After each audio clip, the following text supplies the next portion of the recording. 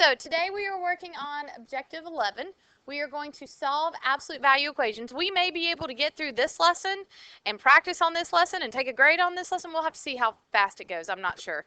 But we may be able to go into the next lesson, which will be solving inequalities.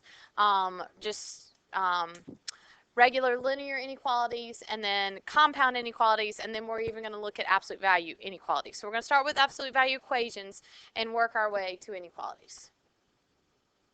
So first of all, let's talk about the definition of absolute value. What do we know about absolute value?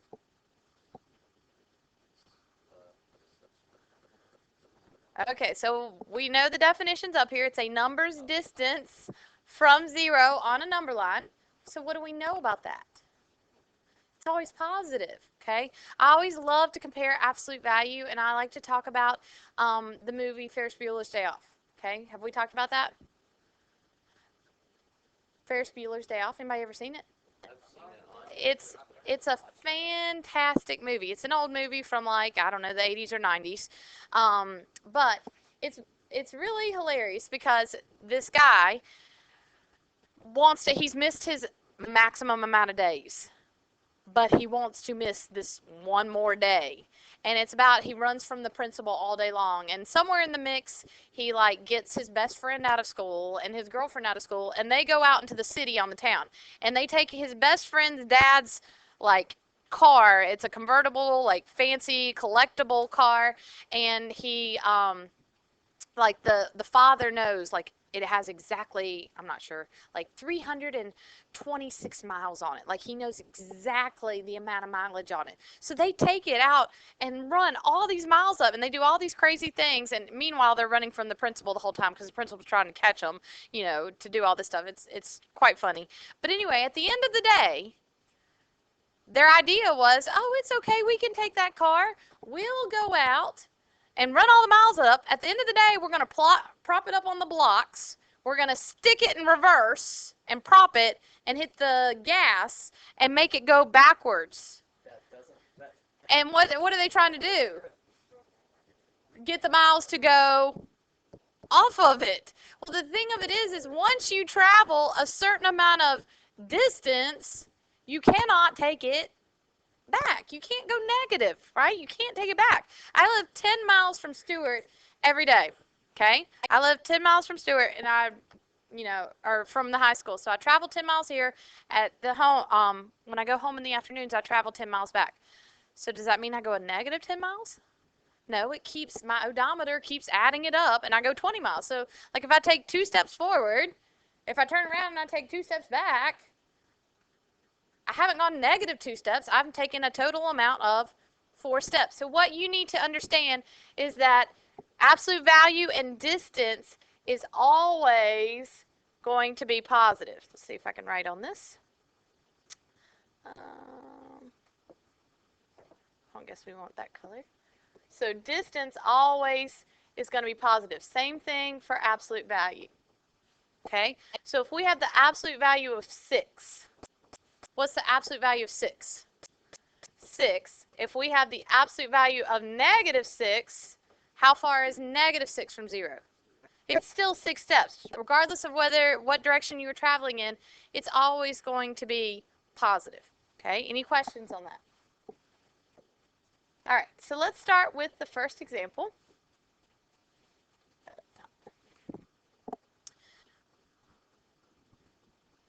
So I want you, before you look at this, I want you to understand why we're going to do what we're going to do in just a minute. Okay, I'm telling you that this amount right here, x plus 12, this amount on the inside of,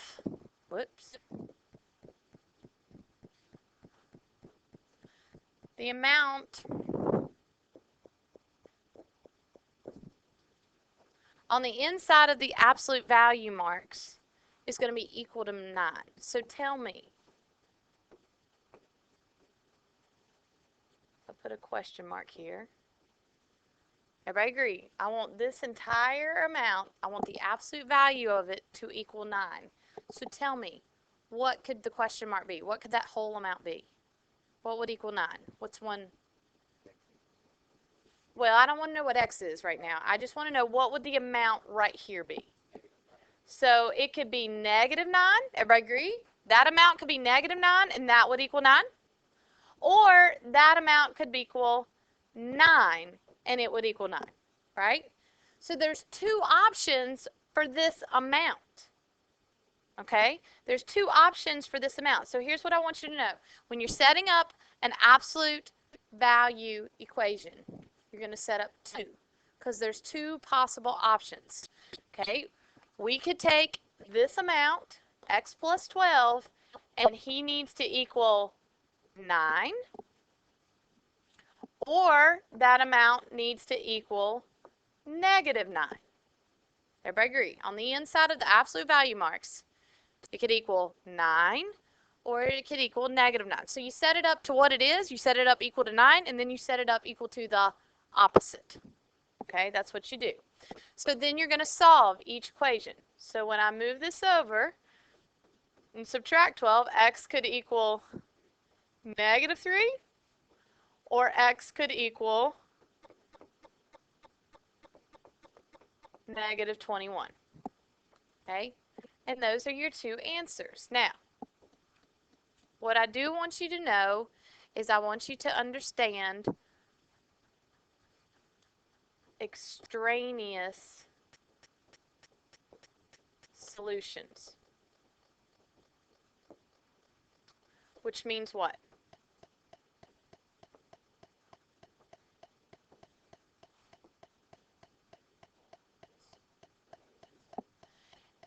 Well, it just means that those are solutions that don't exist. Okay? So even though we solved that correctly, everybody pretty sure we solved that correctly.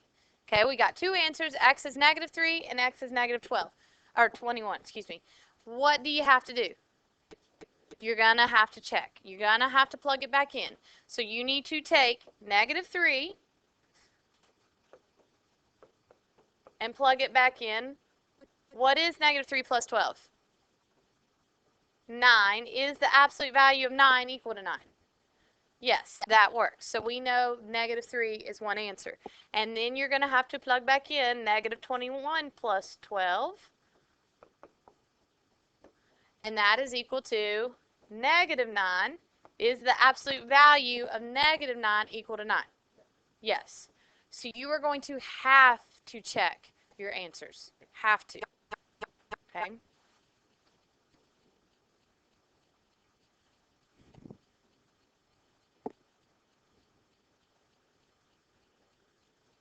All right. So knowing what we know, how many equations will we set up for absolute value?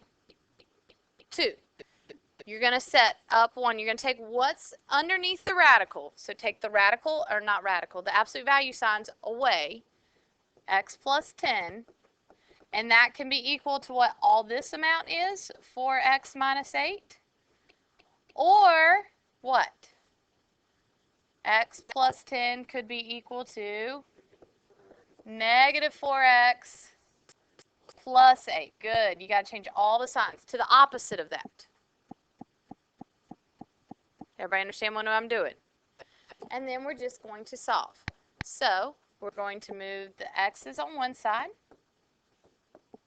So 4x minus 1x is 3x. And I'm going to add 8 on the other side. So 3x is equal to 18. And when I divide by 3, x is going to be equal to 6.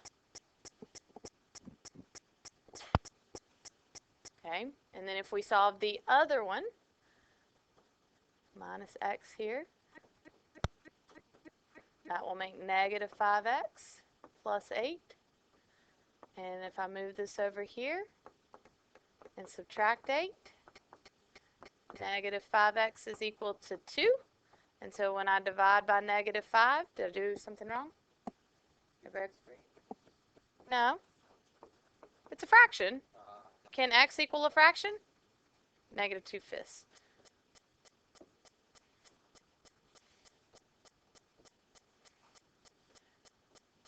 So what will you have to do at this time? this point in time. Plug it back in and check it. Okay? So I'm going to give you a second. I want you to plug it back in, and I want you to tell me, does it work? Okay? Does it work? Okay, so on the second one, when you plug in negative 2/5, the absolute value, plus 10, you get positive 9.6, or 48 over 5. What is the absolute value of 48 over 5? Is it equal over here? No. So guess what we can do with negative 2/5? We can throw it out. It's extraneous. Okay, it doesn't work. So in this case, how many answers are there? There's just one answer. 6 works, so that's your only answer that works. Okay, does everybody understand why the absolute value of positive 9.6 does not equal negative? Because the absolute value does not equal a negative. Where did I lose you? Okay, do you understand that in an absolute value problem that there's 2 possible answers? Okay, like if I want to know the absolute what's equal to 3, the absolute value of 3 is equal to 3, or the absolute value of negative 3 is equal to 3. So one's positive, one's negative. So you set your equations up. You take what's inside the absolute value marks. And that's the other thing. The other misconception is people leave the absolute value marks. When you're setting up your problem, I'm not worried about what's, like I'm worried about what's on the inside of the absolute value marks. I want that amount, the x plus 10. I want that to equal the positive version of this, which would be 4x minus 8, be what it is. So you set it up to what it is. And then the second one is you take the inside of it, x plus 10, and set it up to the opposite. Well, the opposite of positive 4x minus 8 is negative 4x plus 8. From there, you just solve the linear equations, okay, which we've already done a section on reviewing how to solve equations. So you solve your 2 equations. And then at the end, you just take these, and the question is what do you plug it back into? Okay. So what's different about this problem?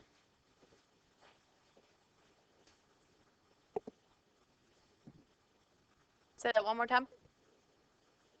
I have a number on the outside of the absolute value mark. If you look at example 1 and example 2, the absolute value was by itself on one side of the equation. So here's what I'm here to tell you. Before you can set up your 2 equations, the absolute value must be by itself. You got to solve for the absolute value first. So what do I need to get rid of? Your 8. So how do I get rid of a plus 8? So I need to move this over and subtract 8. So the absolute value of 3x minus 2 is equal to negative 7. Now, think for a second. What am I trying to tell you? That what amount is equal to what? The absolute value of whatever that is, you follow me, would be equal to negative 7. Ella, what do you think? Why? Can this absolute value be equal to a negative? So before, I mean, you can waste your time if you want to, and you can set up 2 equations. You can set 3x minus 2 is equal to negative 7, and then 3x minus 2 is equal to positive 7, and you can get 2 answers, and you can plug them back in. But I'm going to tell you right now, the absolute value will never, ever be equal to a negative. Okay, the absolute value will never, ever be equal to a negative. So what do we know our answer is? Well, it is extraneous, but if there's no, like if both solutions are extraneous, then there is no solution. Okay, so I'm going to try to save you some time. Okay, if you realize when you set up your absolute value equation and it's all equal to a negative, we know that absolute value can't equal a negative. So just say it's no solution. Any questions? Did I lose anybody on that?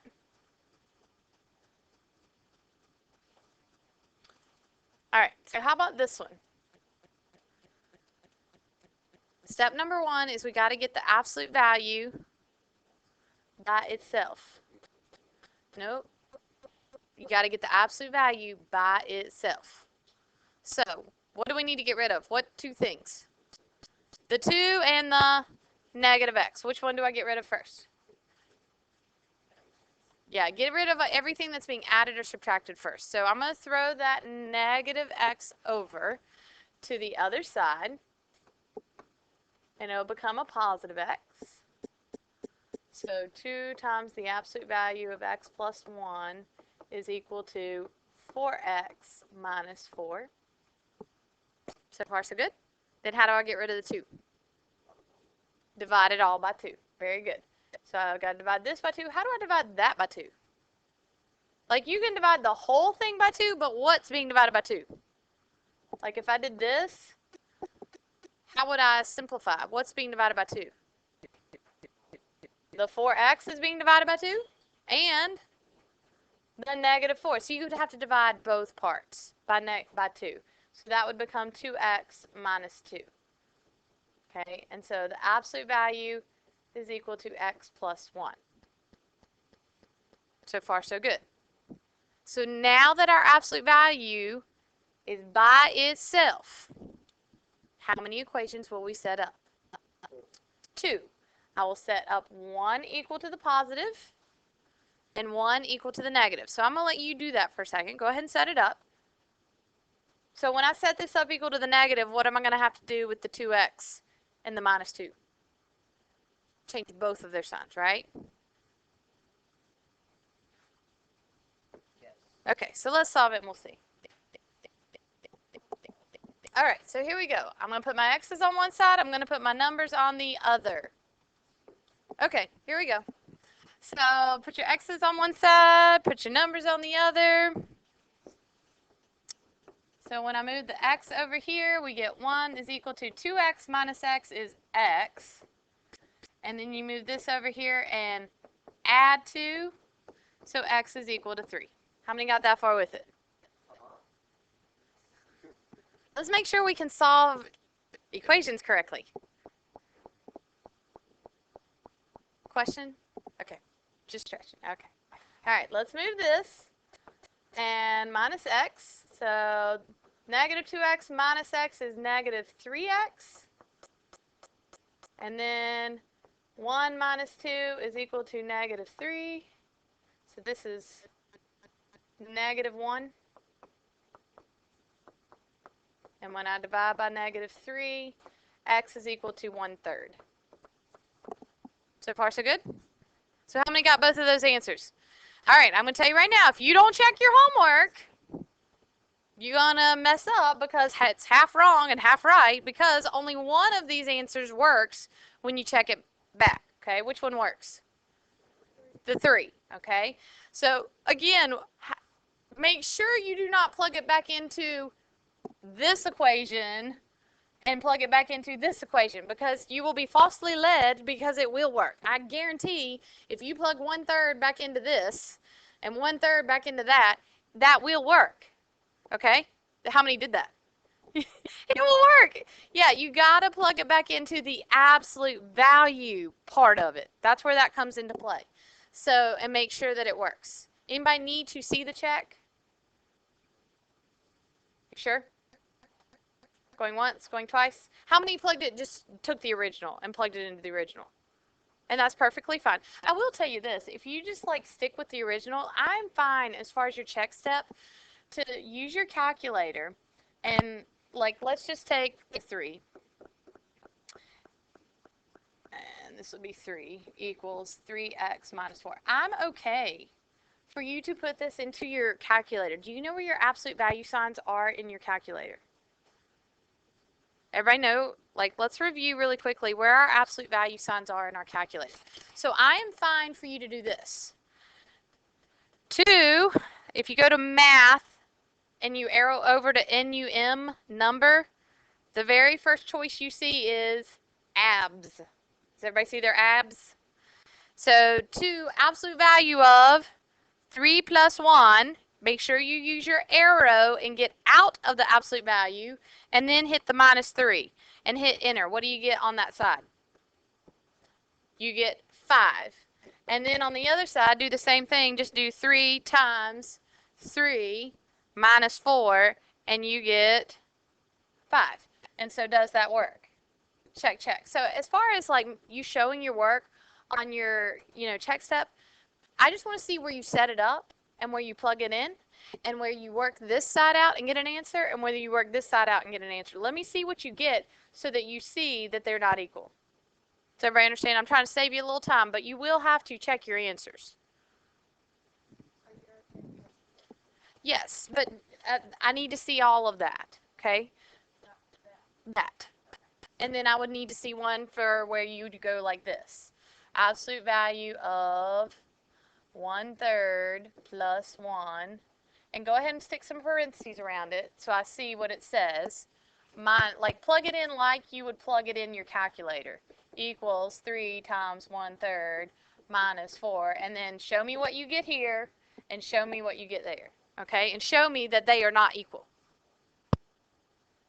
Okay? Everybody okay with that? Ask now, forever hold your peace. Going once, going twice. Sold. All right. So you try this one on your own. Got me on that. So if we divide it by -2 on both sides, isolate the absolute value, you get 3a is equal to -3. Do you need to set up equations? No, because we know the absolute value must be equal to a positive. It can't equal a negative, so we know that won't work, so we know that it is no solution. All right, you try this one on your own. Let's finish this up. So, step number 1 is what? Before I can split it apart, what has to happen? I've got to isolate the absolute value, okay?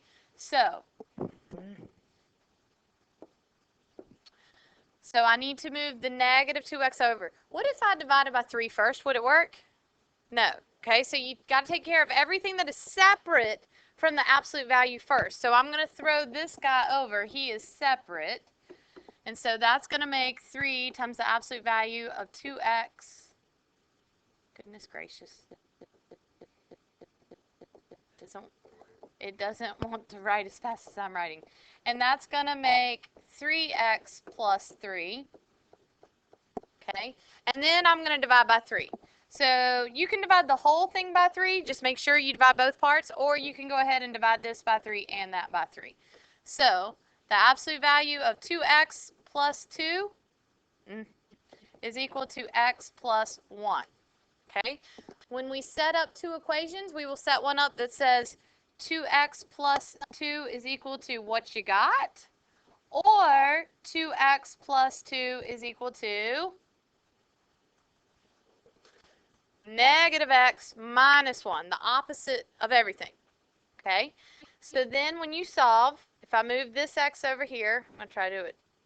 That will make x plus 2 equals 1, and then when you move the 2 over, you get x is equal to -1.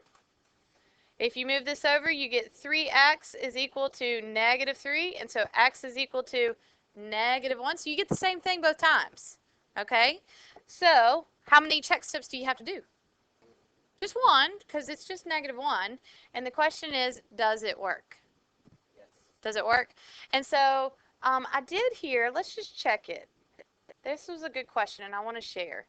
I would either check in the original problem. How many check in the original, just to be on the safe side?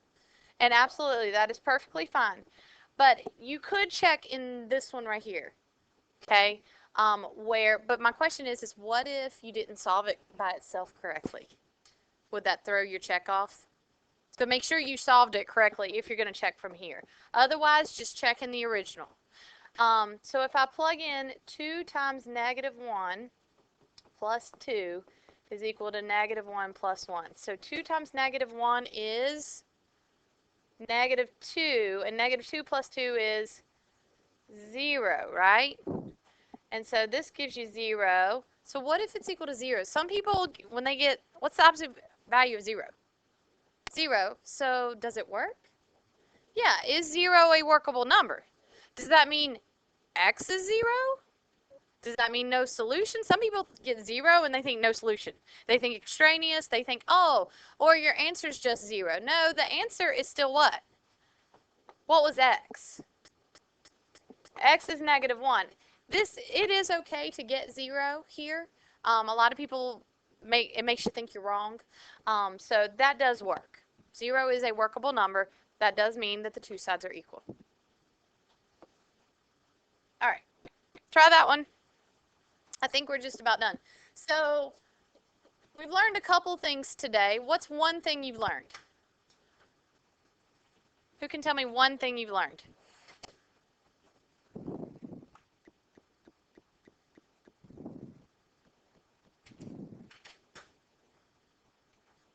That the what? That the absolute value cannot be negative. Okay, what's one other thing you've learned?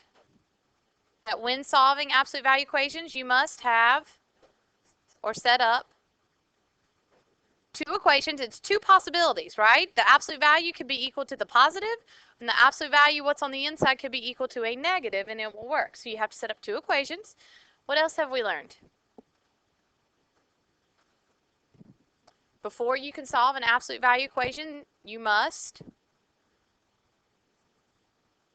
get the absolute value by itself. Okay. How about our answers? What do we know about our answers?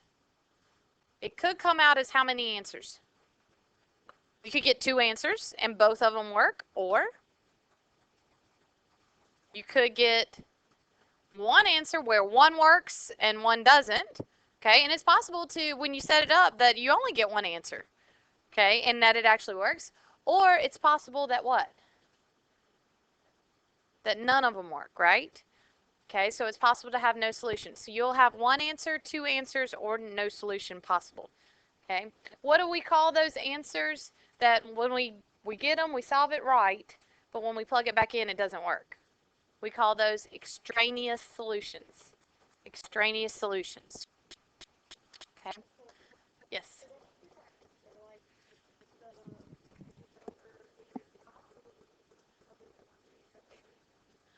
Your answer, very good question. The final answer is what is y? Okay, solving for y. So, you don't have to tell me like, oh, this one worked, but this one didn't. That's just in your work that I could see. Does that make sense? But your final answer is what y could actually be. Okay, good question. All right, so do I have to do anything for this one first before I separate? No. So we can just go ahead and say y plus 5 is equal to 8, or y plus 5 is equal to -8. So when we solve it, y is equal to 3, or y is equal to -13. Do they both work on the check step?